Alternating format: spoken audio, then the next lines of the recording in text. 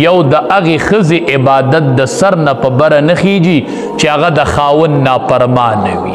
کئی د عبادت د سر نه په برم نه خیجی مطلب دا عبادت الله نه قبلی چې خاون ته نافرمانه دی او دا لګیا د منځونه کوي الله دا عبادت نه قبلی یا قطع تعلق کړي دی رشتہ کټ کړي دا او د عبادت کوي نو دا عبادت چې دی دا د سر نه په بره باندې نه خیجی نو ډیر عبادت مونږ کو اغم ضایع کړل ځان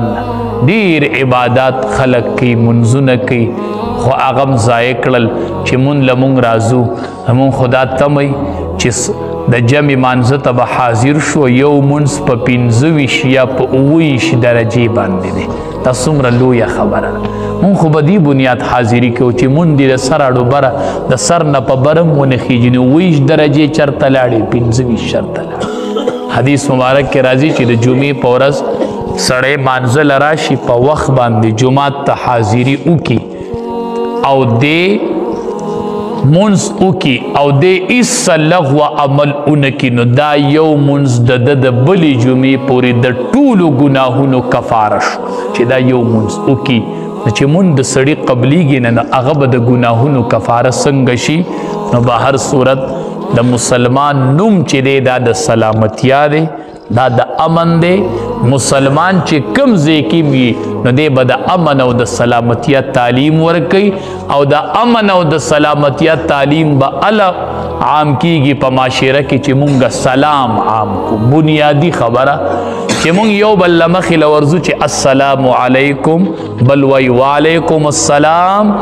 یقینو کوي چې مسلمانی به برقرار شي مسلمانی بجوندی شي په سلام باندې محبت بجوندی شي په سلام باندې نفرتونه به ختم شي په سلام باندې دشمنی به ختم شي په سلام باندې رورولۍ به بحال شي په سلام باندې خو چې کلم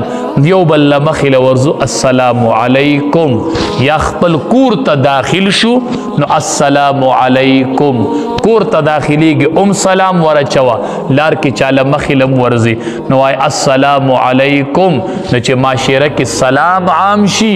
نو مسلمانی به بحال شي او خلق ته په خلق کې مسلمانی ښکار شي دا مسلمانی به په سلام ښکار کی دا په سړی کې بیا دند ښکاری نو د مسلمان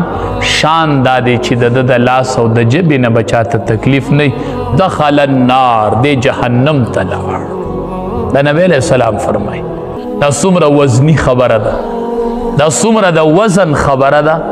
دا څومره درنه په سړی لګي چې چا د مسلمان سره 3 ورځې قطع تعلق وکړو